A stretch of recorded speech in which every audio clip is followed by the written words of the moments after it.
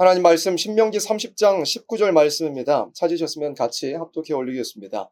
내가 오늘날 천지를 불러서 너희에게 증거를 삼노라. 내가 생명과 사망과 복과 저주를 내 앞에 두었은즉 너와 내 자손이 살기 위하여 생명을 택하고. 아멘. 신명기 말씀은 모세가 이스라엘 백성을 광야 40년을 이끈 이후에 이제 약속의 땅을 바로 앞에 두고서 거듭하여 하나님께서 주셨던 그 율법과 계명의 말씀을 백성들에게 가르치는 그런 내용입니다. 그래서 이 신명기 30장 말씀은 그 부분에서도 이제 마지막 부분에 해당하는데 모세가 이렇게 말씀한 것입니다. 내가 오늘날 천지를 불러서 너희에게 증거를 삼노라. 내가 생명과 사망과 복과 저주를 내 앞에 두었은즉. 하나님 말씀을 모두 다 하나님이 자기에게 알게 하신 대로 백성들에게 가르쳤던 것입니다. 이렇게 하나님을 섬겨야 복을 받고 이렇게 하나님께 대하여 범죄하면 저주를 받는다고 백성들에게 상세히 가르쳐 줬던 것입니다. 그러면 모세가 백성들에게 원했던 것이 무엇이겠습니까? 너와 내 자손이 살기 위하여 생명을 택하라고 말씀했습니다. 살고자 한다면 생명을 택하라 말씀한 것입니다. 이 말씀은 인류 역사를 막론하고 시대를 막론하고 모든 하나님의 백성들 또한 살고자 하는 생명들에게 모두 해당되는 말씀일 것입니다. 살고자 한다면 생명을 택해야죠. 그런데 이 시대는 이 말씀과 완전히 반대로 가는 세대가 되어버렸습니다. 최근에 이런 뉴스가 나온 것을 보신 분도 계실 것입니다. 36주 낙태 영상이 인터넷에 올라왔던 것입니다. 이걸 다른 사람이 찍어서 올린 게 아니라 당사자 자신이 이걸 찍어서 올린 겁니다. 아이가 뱃속에 생겨났습니다. 그 아이가 이제 36주면 거의 만삭입니다.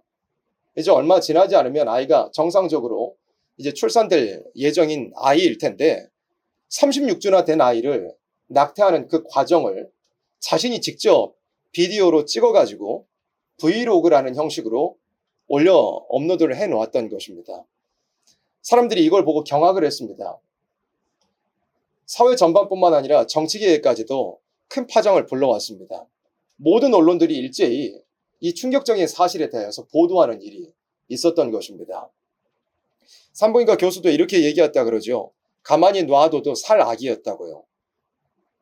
그런데 우리나라에서 이런 영상이 버젓이 올라올 수 있게 된 그 원인이 무엇이냐면 2019년 4월 11일에 지금으로부터 벌써 5년도 더 지난 시간입니다.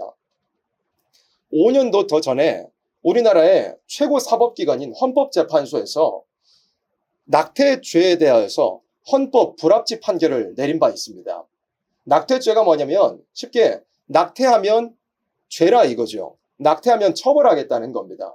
그런데 이것이 헌법재판소에까지 올라가가지고 헌법재판소에서 낙태죄는 헌법에 부합하지 않는다라고 판결을 내린 겁니다.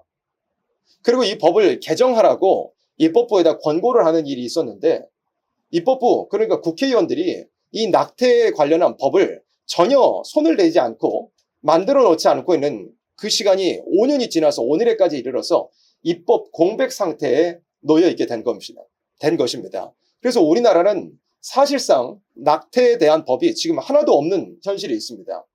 그러니까 36주의 아이를 낙태를 했더라도 이것을 어떤 법으로도 처벌할 수 없게 되는 것이죠. 사람들의 반응이 어떠냐면 36주 낙태 브이로그에다가 살인죄를 적용할 수 있을까? 살인죄를 적용해야 되지 않느냐라는 것이 사람들의 반응이었습니다. 정상적인 반응이었습니다. 오히려 이 반응은 어떻게 보면 다행인 반응이겠죠. 왜 그렇습니까? 며칠 안 있으면, 얼마 안 있으면 정상적으로 나오게 될 아이라 이거죠.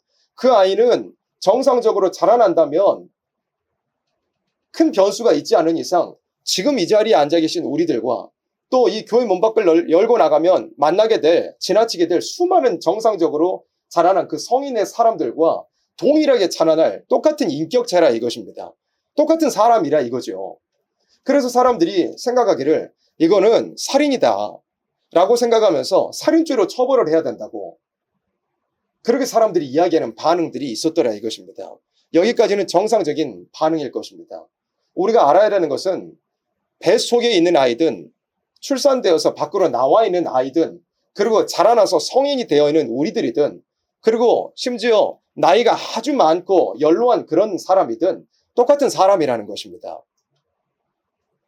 뱃속에 있어도 사람이고 배 밖으로 나온 어머니 뱃속에서 이제 태어나가지고 배 밖으로 나와 있는 아이더라도 똑같은 사람이라는 것을 우리는 잊어서는 안 되는 것입니다.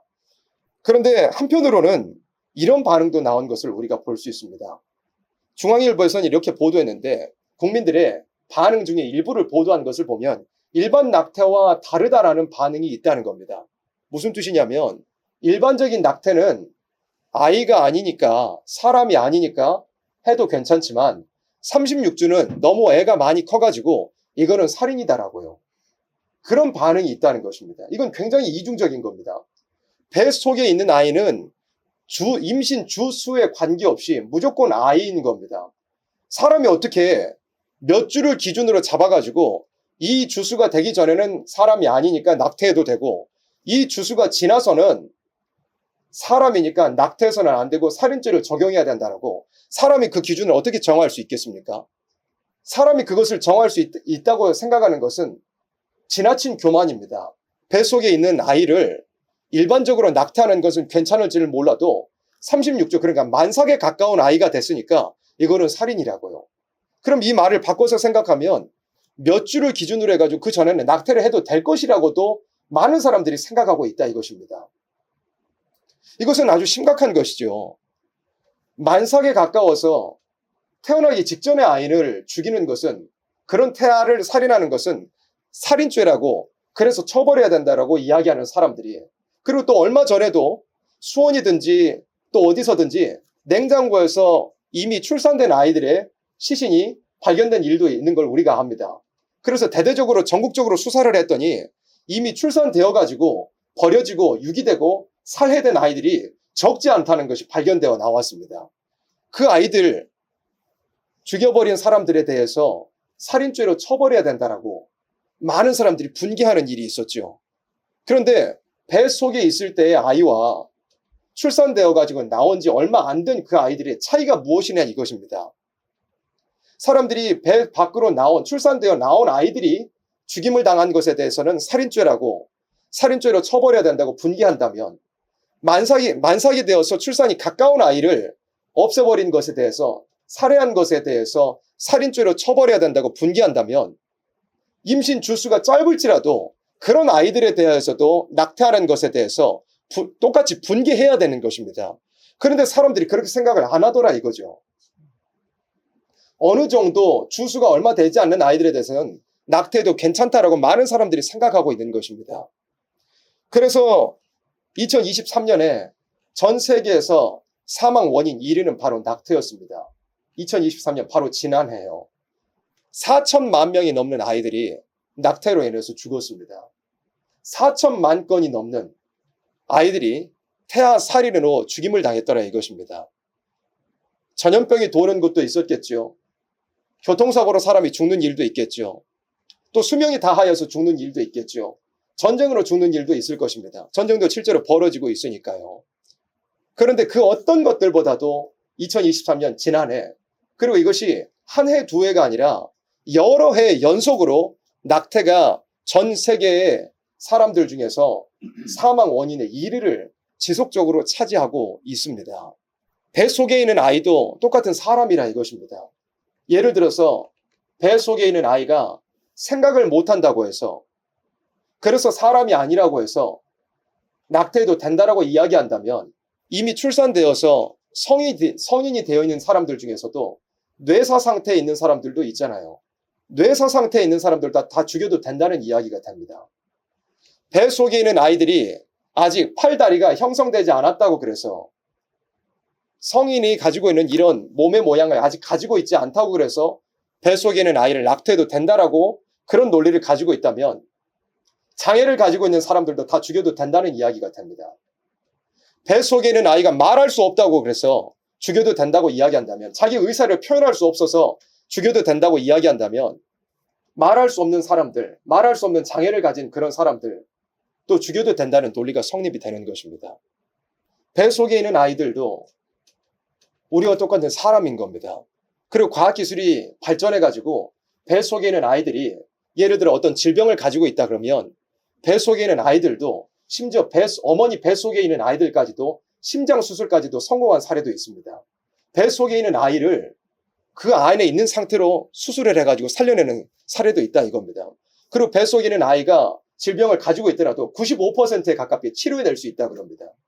그리고 과학기술이 발전해서 이미 임신된 상태라면 거의 요즘 시대는 100%에 가깝게 정상적으로 출산해낼 수 있는 그런 시대가 되었습니다.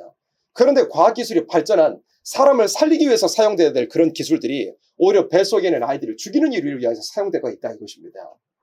생명이 언제서부터 시작되는지는 아주 중요한 것입니다. 성경에 말씀한 대로는 어머니의 뱃속에서 아이가 이미 수정된 때로부터 이미 생명은 시작된 것입니다. 왜 그러느냐면 창세기 30장 17절 말씀을 보세요. 하나님이 레아를 들으셨으므로, 레아가 누구냐면 야곱의 아내가 바로 레아였습니다. 하나님이 레아의 기도를 들으셨던 겁니다. 그래서 그가 잉태하여 5째 아들을 야곱에게 낳은지라 말씀했습니다. 레아가 하나님께 자식을 더 달라고 기도했던 겁니다.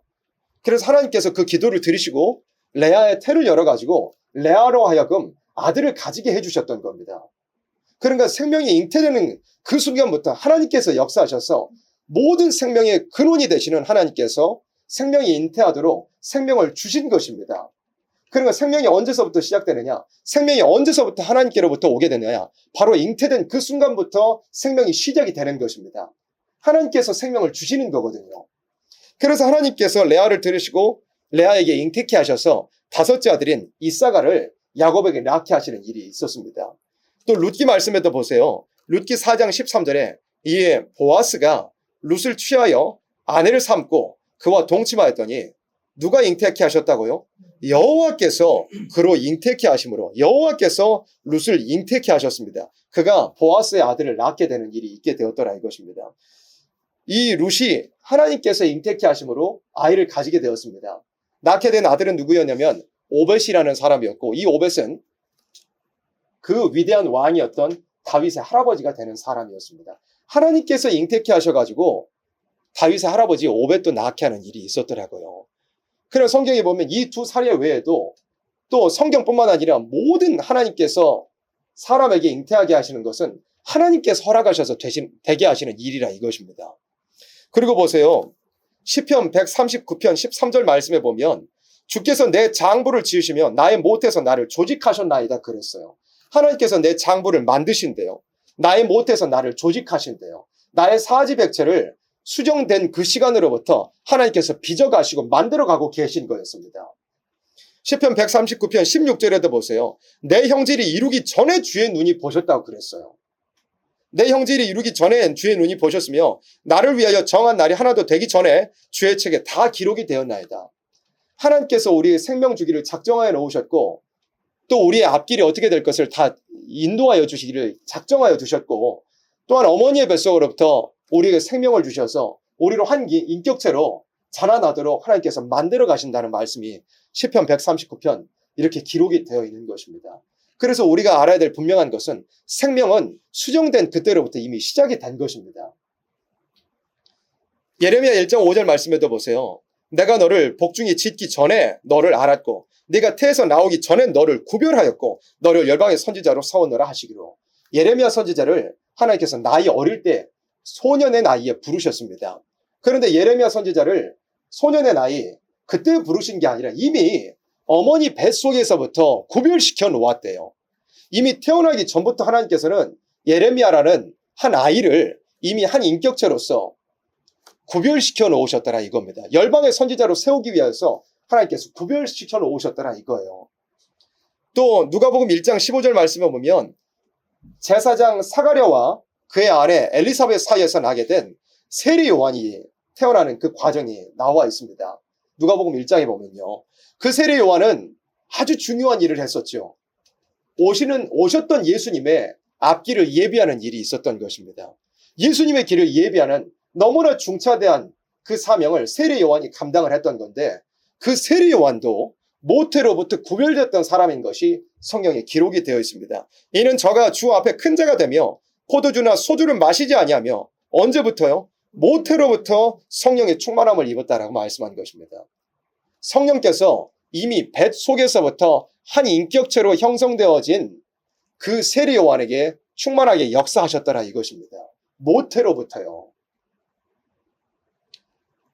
그런데 이 성경에서 말씀한 대로 어머니의 뱃속에서 수정될 때로부터 생명이 시작이 되는데 사람들이 이 진리를 일부러 잊어버리려고 하는 그런 시대가 되었습니다. 생명이 하나님께로부터 온다는 것을 인정하지 않고요. 믿는 자든 믿지 않는 자든 모든 생명이 하나님께서 허락하심으로 잉태된다는 것을 불어 무시하는 그런 시대가 되어버렸더라 이것입니다. 그러니까 사람이 극도의 교만함, 하나님을 인정하지 않은 그 교만함으로 임신 주수가 몇 주가 되면 그 전에는 사람이 아니고 어떤 세포의 한 덩어리에 불과하니까 낙태도 된다. 사람이 아니다. 인격체가 아니다라고 이야기하는 그런 교만함에까지 이르게 된 것입니다. 그러나 하나님께서는 다 판단하고 계실 것입니다.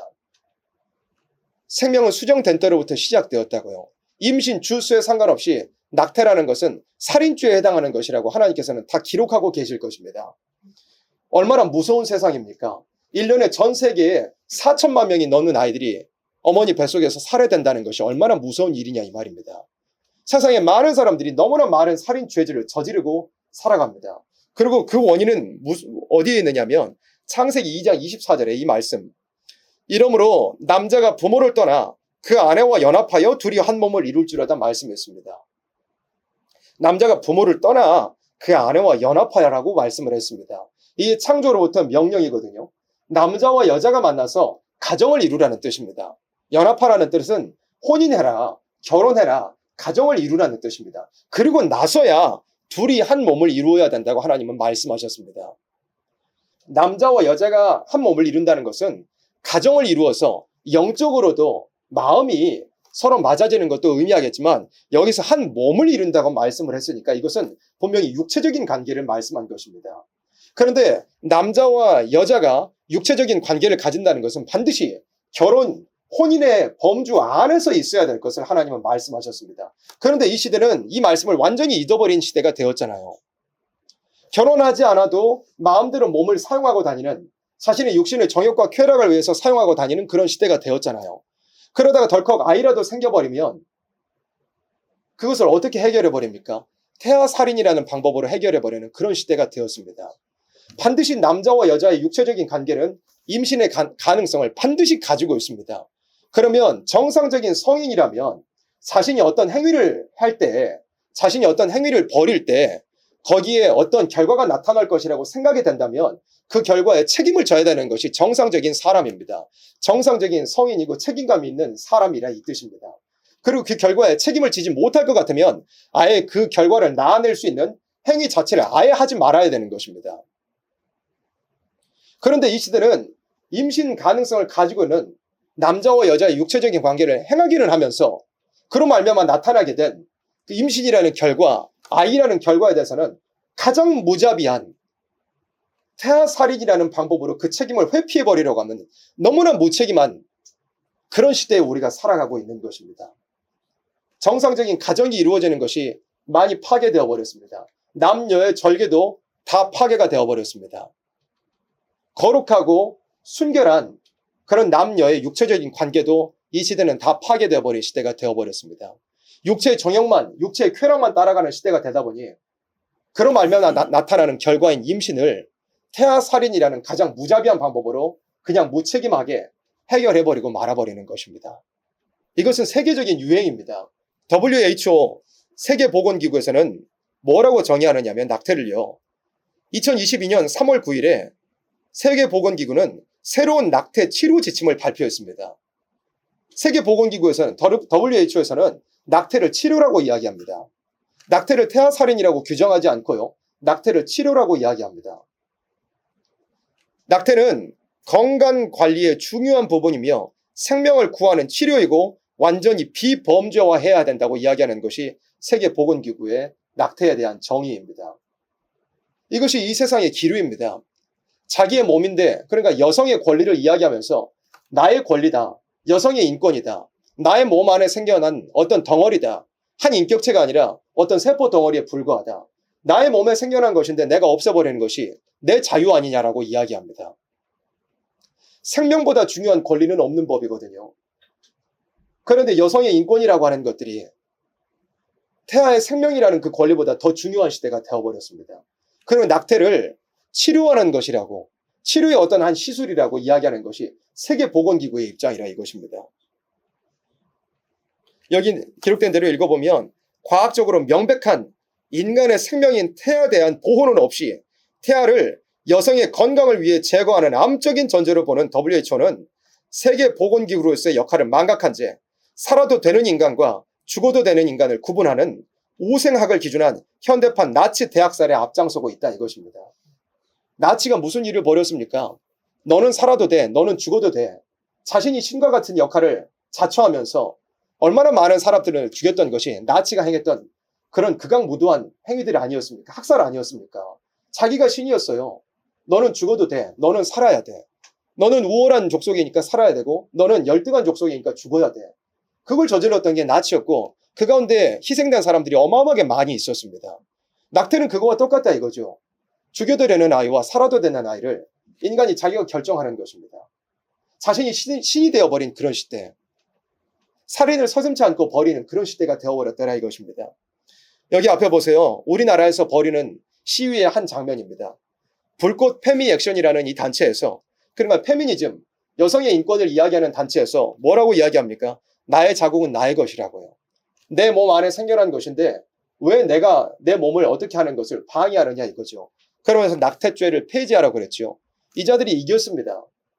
이긴 것처럼 아직은 보입니다. 2019년 4월 11일에 낙태죄가 사실상 폐지된 것이나 다름없게 되어버렸으니까요. 그리고 또 보세요.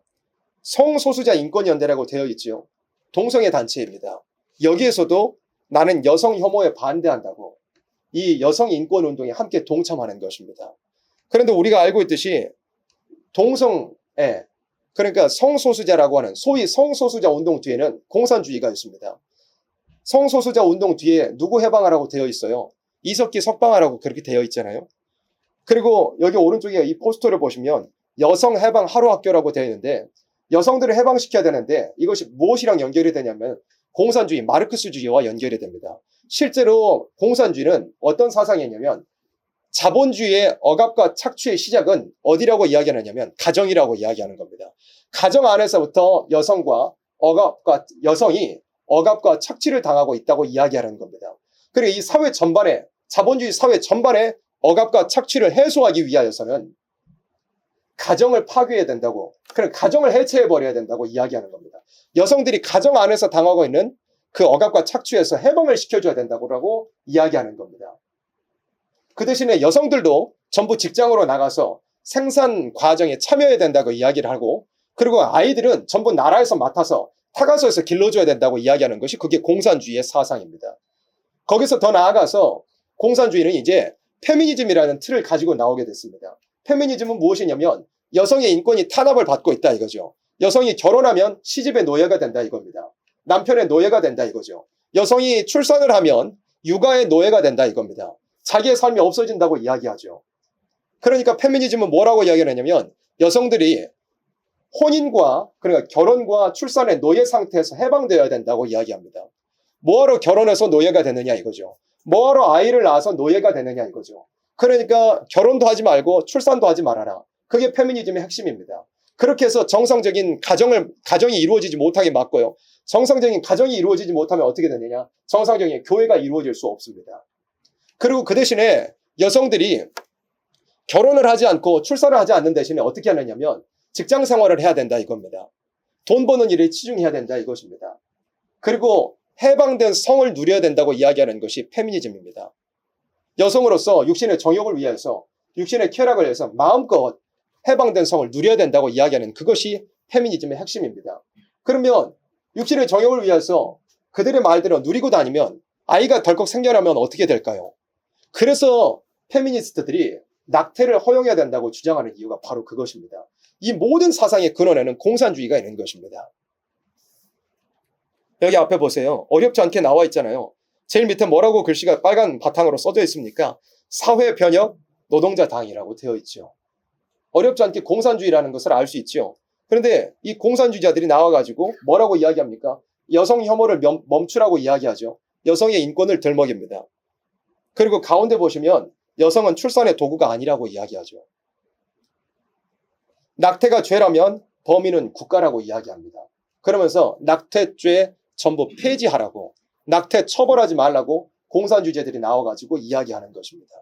공산주의자들이 이런 이 사상을 가지고서 낙태죄 폐지 운동에 앞장서고 있는데, 많은 사람들이 공산주의에는 동조하지 않을지는 몰라도 결혼하기 싫고 아이 낳기는 싫고 그 대신에 몸은 마음대로 육체의 쾌락을 위해서 사용하고 싶다 보니까 이런 자들이 배후에는 이런 운동을 전혀 알아채지 못한 채 낙태죄 폐지에 동참을 하고 있는 겁니다. 낙태 처벌하지 말라고 이야기하고 또 낙태를 실제로 벌이고 있는 것입니다. 이런 세상에 우리는 같이 살아가고 있습니다. 이런 죄악된 세상에 우리는 살아가고 있는 것입니다. 생명을 주신 하나님, 창조주에 대한 정면 도전을 하고 있는 그런 교만한 세대, 죄악된 세대, 가증한 세대에 우리는 살아가고 있습니다. 생명을 완전히 무시하는 그런 세대에 살아가고 있죠. 동성애도 참 큰 문제입니다. 하나님께서 남자와 여자로만 성별을 지으셨고 남자는 여자를, 여자는 남자를 서로 사랑하도록 하나님께서 지으셨습니다. 그런데 그 창조 질서에 정면으로 대적하는 사상이 바로 동성애라는 사상입니다. 동성애 운동인 것입니다. 그런데 거기서 더 나아가가지고 동성애가 하나님의 창조 질서를 대적하는 것도 맞지만 거기서 더 나아가서 또 하나의 하나님의 창조의 질서를 대적하는 사상은 무엇이냐면 바로 생명윤리에 대한 왜곡입니다. 하나님께서 주신 아이를 거리낌 없이 제거해버리는 것. 그리고 오늘 이 시간에는 소개하지 않았지만 요즘에는 또 무슨 일도 벌어지고 있는지 다들 아실 겁니다. 결혼은 하기 싫은데 아이는 가지고 싶은 여성들이 정자은행에서 정자를 가져다가 아이를 가지는 일들도 있는 것을 아마 뉴스를 통해서 또 TV를 통해서도 보신 적이 있을 겁니다. 아이를 자기 마음대로 만들어낼 수 있습니다. 아이의 피부색도 원하는 대로 설정할 수 있고 아이의 머리 색깔도 아이의 키도 아이의 눈동자 색깔도 자기의 원하는 대로 설정할 수 있습니다. 그래서 최근에 한국에서 방송인 활동을 하고 있는 한 일본인 여성이 결혼은 하지 않았는데 남자아이를 낳게 된 걸 TV에서도 많이 방영하고 TV 예능 프로그램에도 나오고 언론에서도 많이 보도하는 걸 알 수 있을 겁니다. 그런데 이 여자는, 그러니까 일본인 여성은 말 그대로 동양인인데 머리도 검은색이고 피부도 우리 색깔 똑같고 눈동자도 검은색인데 아이를 낳고 보니까 머리가 노란색이고 눈은 푸른색이에요. 자기가 원하는 아이를 설정해가지고 낳아낸 겁니다. 그리고 이 시대는 무슨 시대냐면 자기가 원하는 대로 아이를 마치 공장에서 장난감 찍어내듯이 만들어낼 수 있는 그런 시대가 되었습니다. 창조주에 대한 정면 도전이죠. 또 한편으로는 스위스 같은 나라에서는 무슨 일이 벌어지느냐면 어떤 이 존엄사 캡슐이라는 것이 만들어졌습니다. 사람이 들어갈 수 있는 캡슐 모양의 어떤 기계를 만들어 놓았는데 그 안에 들어가서 버튼을 누르면 몇 초 만에 사람이 고통 없이 죽을 수 있습니다. 죽기 전에는 아주 극도의 행복을 느끼다가 죽는다라고 이야기하더라고요. 죄악된 세상은 원래 고단한 것입니다. 허망한 것입니다. 사람이 범죄했기 때문에 수고하고 땀 흘려야 되기 때문에 죄가 세상에 들어왔기 때문에 원수인 마귀가 살아 활동하고 있기 때문에 이 세상 삶이라는 것은 고단할 수밖에 없는 것입니다. 그 가운데 우리의 소망이 되신 예수님을 붙들고 살아가야 되는 것이 우리가 살아야 될 그런 삶입니다. 그런데 세상 사람들이 세상 살기 어렵다 그래서 자기의 생명까지라도 전혀 거리낌 없이 금세 포기해버리는, 그것도 그냥 죽기는 두렵고 무서워서 고통 없이 죽는 방법을 과학기술의 방법으로 개발해내는 그런 시대까지 오늘에 이르게 됐습니다. 그러니까 이 시대는 뱃속에 있는 아이를 죽이는 것도 여성의 인권이라고 포장되어 있는 시대고요. 치료라는 명목으로 포장되는 그런 시대고요. 또 자신을 죽이는 것도 존엄사라고 하는 아주 아름다운 말로 포장이 되어 있는 그런 시대가 되었습니다. 그런데 잘 들어보세요. 낙태도 태아를 살인하는 것과 똑같습니다. 자기의 생명을 끊는 것도 살인하는 것과 똑같습니다. 남을 죽이는 것도 말 그대로 살인이거든요. 다른 사람 죽이는 것과 뱃속에 있는 아이를 죽이는 것과 자기를 죽이는 것 똑같은 살인죄입니다. 그런데 이 시대는 그 세 가지 중에 벌써 두 가지는 다 포장되어 버린 시대가 되었죠. 뱃속에 있는 아이를 죽이는 것, 자신을 죽이는 것도 극단적, 요즘에는 자살이라는 말도 잘 사용하지 않죠. 극단적 선택이라고 이야기합니다. 자신의 선택이라 이거죠. 또 자기 스스로 목숨을 끊는 것을 존엄사라고 안락사라고 이야기하기도 하는, 그 살인 행위를 아주 아름답게 포장해버리는 그런 미혹의 시대에 우리는 살고 있습니다. 이런 세상에서 우리는 어떤 삶을 살아야 하겠습니까? 마지막으로 유다서 1장 20절로 21절 말씀 같이 보도록 하겠습니다. 사랑하는 자들아, 너희는 너희의 지극히 거룩한 믿음 위에 자기를 건축하며 성령으로 기도하며 하나님의 사랑 안에서 자기를 지키며 영생에 이르도록 우리 주 예수 그리스도의 긍휼을 기다리라 말씀했습니다. 우리는 이와 같은 거룩한 믿음 위에 자기를 건축하고 성령으로 기도하고 깨어있을 수 있는, 정말로 이 더럽고 어둡고 거스르는 세대 가운데서 조금도 물들지 아니하고 구별되는, 거룩히 구별될 수 있는 그런 삶을 살아갈 수 있는, 그래서 마지막 환난 가증한과 심판, 이 가증한 세상에 쏟아져야만 될 하나님의 무서운 심판 가운데 긍휼을 얻을 만한 그런 사람들로 오늘의 우리는 준비되어야 할 것입니다.